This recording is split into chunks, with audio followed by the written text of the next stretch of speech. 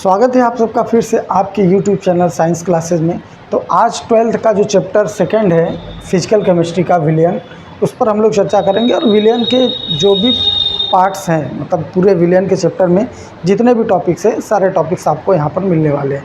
तो चलिए शुरुआत करते हैं। सबसे पहले विलयन को समझते हैं, इसके परिभाषा को देखते हैं। हमने परिभाषा लिखा हुआ है, दो या दो से अधिक तरल पदार्थों के समांगी मिश्रण को विलयन कहते हैं। ठीक है, तो इसको जनरली हम एग्जाम्पल के तौर पर ऐसे देखें कि अगर हमने एक कंटेनर ले लिया, ये कोई बॉक्स है, ठीक है, और इस बॉक्स में भरा हुआ है पानी। ठीक, यह एक पदार्थ हो गया। भाई बॉक्स है, इस कंटेनर है कोई, ठीक है, पात्र है, इस पात्र में भरा हुआ है क्या, ये पानी है आपका। ठीक है, अब इस पानी में हम डाल दें नमक। क्या डाल दें?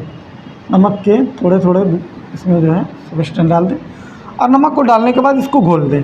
नमक को डालने के बाद इसको हमने घोल दिया, बहुत अच्छे से इसको घोल दिया। ठीक है, अब देखिए इसमें हमने क्या किया, दो या दो से अधिक यानी दो पदार्थों को हमने इसमें मिलाया और ये आपस में जाकर के मिल गया, तो ये बना लिया क्या, ये आपका बना लिया विलयन। ठीक है, विलयन का निर्माण हो गया। इसको एक और एग्जाम्पल से समझते हैं। ठीक है, पानी को चीनी में हम डाल दें, यानी चीनी को हम पानी में डाल दें, तो चीनी पानी का जो विलयन बनेगा उसको हम शरबत कहते हैं, शरबत। ठीक है, तो शरबत एक प्रकार का क्या है, विलयन है। यह कैसे बनता है, पानी और चीनी को मिला करके आपस में हम लोग विलयन बना लेते हैं। ठीक है, तो विलयन की परिभाषा हम आसानी से कह सकते हैं, दो या दो से अधिक तरल पदार्थों के समांगी मिश्रण को हम क्या कहते हैं, विलयन कहते हैं। ठीक है, और ये समझिए विलयन के दो अवयव होते हैं। अगर बात करें विलयन के, तो विलयन के दो अवयव होते हैं। अभी इन्हीं अवयवों की मदद से हम लोग समझ पाएंगे एक और परिभाषा को, तो बहुत ही इजी और आसान है। विलयन के दो अवयव होते हैं, एक होता है विलय, एक क्या होता है, विलय, जिसको हम लोग सॉल्यूट कहते हैं, और दूसरा होता है विलायक, जिसको हम लोग सॉल्वेंट बोलते हैं। ठीक है, सॉल्यूट, विलय, सॉल्वेंट, विलायक। अब इसको समझते हैं। विलयन में जिसकी मात्रा अधिक हो, है ना, विलयन में जिसकी मात्रा अधिक हो या जो किसी पदार्थ को अपने अंदर घोल सके, उसको हम कहते हैं विलायक। जैसे पानी क्या करेगा, पानी क्या करेगा, किसी पदार्थ को अपने अंदर घोल लेगा, तो पानी क्या हो गया, विलायक हो गया। पानी क्या हो गया, विलायक। और जो पदार्थ पानी में यानी किसी पदार्थ में जाकर के घुल जाए, उसको हम कहते हैं विलय। तो अगर शरबत में हम देखें तो चीनी और पानी विलय और विलायक होंगे। तो विलायक कौन हो गया, पानी। पानी क्या करेगा, चीनी को घोल लेगा, तो पानी हो गया आपका विलायक। और चीनी क्या होगा, पानी में घुल जाएगा, तो चीनी क्या हो गया, विलय हो गया। तो विलय और विलायक ये दो प्रकार के क्या हैं, अवयव हैं। यानी आपसे अगर कोई पूछे कि विलयन के कितने अवयव होते हैं, तो विलयन के दो अवयव होते हैं, एक होता है विलायक और एक होता है विलय, या कहते हैं विलय होता है और एक विलायक होता है। ठीक है, विलय क्या होता है, जो किसी चीज़ में जाकर के घुल जाए, जैसे चीनी घुल रहा है तो चीनी क्या हुआ, विलय हुआ। और जो किसी पदार्थ को अपने अंदर घोल दे, उसको हम लोग कहते हैं विलायक। तो पानी क्या हुआ, विलायक हो गया। ठीक है, तो अब परिभाषा यहाँ से हम क्या बना सकते हैं, पानी क्या है, विलायक है। पानी क्या है भैया, विलायक। तो हम ऐसा लिख सकते हैं विलायक। और चीनी क्या है, विलय, चीनी को भी लिख सकते हैं विलय। ठीक है, अब ये दोनों मिलकर क्या बना रहे हैं, विलयन। तो क्या हम यह परिभाषा नहीं बोल सकते कि विलय और विलायक दोनों के संयोग से बने पदार्थ को विलयन कहते हैं? बिल्कुल कह सकते हैं। देखो परिभाषा क्या क्या लिख सकते हैं, विलय और विलायक के संयोग से बने पदार्थ को विलयन कहते हैं, विलयन कहते हैं। ठीक, तो बहुत आराम से हम लिख सकते हैं कि विलय और विलायक के संयोग को से बने पदार्थ को हम क्या कहते हैं, विलयन कहते हैं। ठीक है, अब एक बार फिर से रिवीजन कर लेते हैं। विलयन क्या होता है, दो या दो से अधिक पदार्थों के समांगी मिश्रण को क्या कहते हैं, विलयन कहते हैं। या फिर बोल सकते हैं विलय और विलायक के संयोग से बने पदार्थ को हम क्या कहते हैं, विलयन कहते हैं। विलयन के कितने अवयव होते हैं, तो विलयन के कितने अवयव होते हैं, 2 अवयव। एक होता है विलय और दूसरा क्या होता है, विलायक। विलय क्या होता है, जो किसी पदार्थ में जाकर के घुल जाए, विलय। जैसे चीनी जाकर घुलेगा तो चीनी क्या होगा, विलय। और जो पदार्थ किसी पदार्थ को घोल दे वो होता है विलायक, ठीक है। तो जनरली हम लोग ऐसे समझ लेते हैं, क्योंकि अगर यहाँ पर जैसे मात्रा हम कह दिए ज़्यादा, जिसकी मात्रा ज़्यादा है वो विलायक, जिसकी मात्रा कम है वो विलय। तो कुछ बच्चे ऐसा क्वेश्चन कर लेते हैं कि सर ये बताइए कि जैसे 50 ग्राम अगर मान लीजिए चीनी है, चीनी 50 ग्राम है, ठीक है। अब पानी अगर हम 25 ही ग्राम ले तो बताइए अब क्या होगा, क्या पानी आपका क्या हो जाएगा, विलय हो जाएगा, है ना। तो इसीलिए 2 कॉन्सेप्ट इसमें हमने दिया। और जनरली ऐसा होता है कि विलय की मात्रा सदैव कम होती है, विलायक की मात्रा ज़्यादा होती है। लेकिन बच्चे दिमाग में क्वेश्चन आता है, पूछते हैं, तो आप ये समझिएगा जो घोल दे अपने अंदर वो क्या होता है, विलायक, और जो घुल जाए खुद में वो क्या होता है, विलय होता है, ठीक है। आई होप आपको ये टॉपिक क्लियर हो गया होगा। अब आगे हम लोग समझेंगे कि किस प्रकार से सांद्रता कैसे व्यक्त करते हैं विलयन में, है ना। अभी आगे आपका बहुत सारा टॉपिक है, जैसे द्रव्यमान प्रतिशत, आयतन प्रतिशत, मोलरता, मोल प्रभाज, है ना, ppm। उसके बाद फिर आप लोग आ जाएंगे जो है गैसीय द्रवीय विलयन, गैसीय विलयन, जिसमें राउल्ट का नियम, हेनरी का नियम, है ना। उसके बाद अणुसंघ कोलिगेटिव प्रॉपर्टीज़ पढ़ना है, उसमें 4 पढ़ना है, वाष्प दाब का अपेक्षिक अनुमान, हिमांक का अनुमान, क्वथनांक का अनुमान और प्रसारण दाब, ठीक है। इस प्रकार से आपका ये चैप्टर जो है समाप्त होगा। तो आगे के जो वीडियो हैं उसमें हम आपको सांद्रता व्यक्त करने की विधियां, मतलब न्यूमेरिकल्स किस प्रकार से आते हैं वो चीज़ें बताएंगे, चर्चा करेंगे। वो है सांद्रता व्यक्त करने की विधि, ठीक है। तो सांद्रता व्यक्त करने की विधि क्या है, मतलब विलयन में, जैसे मान लीजिए विलयन में विलय और विलायक, चीनी पानी हम मिलाते हैं, कितनी मात्रा में मिलाते हैं, उसका मात्रा कितना है, आयतन कितना है, यही सारा चीज़ जो हम इसका कैलकुलेशन करते हैं उसको हम कहते हैं सांद्रता, ठीक है। जैसे मान लीजिए हम 50 ऐसा कोई कंटेनर ले लें, इसमें मान लीजिए 100 ml पानी है, कितना है, 100 ml, और इसमें 50 ग्राम चीनी डाल दें। सिंपल सी बात है कि इसकी जो सांद्रता होगी वो कुछ अलग होगी। ऐसे ही कोई कंटेनर हम और ले लें, है ना, 100 ml पानी, पानी कितना है, 100 ही ml है, जैसे इसमें इतना था, और इसमें 50 ग्राम चीनी ना डाल करके 70 ग्राम चीनी डाल दें। अब बताइए गाढ़ा कौन होगा, तो कहेंगे आप ये गाढ़ा होगा, ये शरबत बढ़िया होगा, है ना, और ये हल्का होगा। तो ये सब कैसे हम निकालते हैं, वही हम लोग सांद्रता व्यक्त करने की विधि के बारे में पढ़ेंगे। तो सांद्रता व्यक्त करने की विधि में पहला जो टॉपिक है आपका वो है द्रव्यमान प्रतिशत। अब देखिए द्रव्यमान प्रतिशत क्या होता है, विलय और विलायक इन दोनों को जब आपस में मिलाया जाता है तो विलयन बनता है, ठीक है। यानी विलयन के कितने अवयव होते हैं, तो 2 अवयव, एक होता है विलय और एक होता है विलायक, यही दोनों मिलते हैं तो क्या बनता है, विलयन बनता है। तो द्रव्यमान प्रतिशत जो होता है इसको निकालने के लिए क्या करते हैं, इसका परिभाषा पहले आप थोड़ा सा समझ लीजिए, फिर फार्मूला बताएंगे, फिर न्यूमेरिकल बताएंगे, है ना। परिभाषा समझते हैं इसकी परिभाषा को, इसको आप यहीं पर ध्यान में रखिएगा कि विलय और विलायक के योग को क्या कहते हैं, विलयन कहते हैं।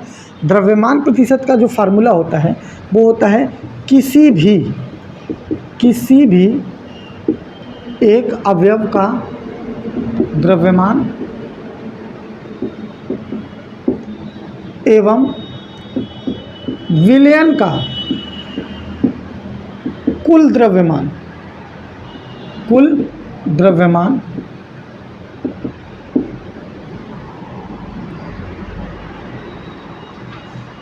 का अनुपात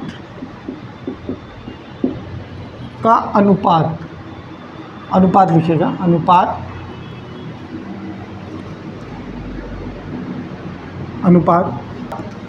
द्रव्यमान प्रतिशत कहलाता है, ठीक है। अभी आप समझेंगे, मैं जब फार्मूला लिखूंगा और इस पर न्यूमेरिकल लगाऊंगा तो आप बहुत आसानी से इसको समझ पाएंगे क्या चीज़ है, ठीक है। चलिए एक क्वेश्चन हम यहाँ पर देते हैं। क्वेश्चन जैसे एक क्वेश्चन है,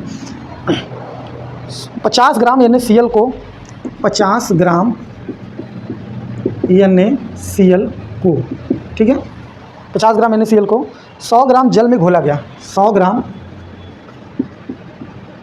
जल में घोला गया, ठीक है। तो आप इसमें किसी का भी पूछ सकते हैं। मान लीजिए इस क्वेश्चन में दिया है, इसमें विलय का द्रव्यमान प्रतिशत क्या होगा, द्रव्यमान प्रतिशत क्या होगा। सबसे पहला काम आपको ये देखना है कि इसमें विलय कौन है और विलायक कौन है। ठीक है, विलय कौन है और विलायक कौन है।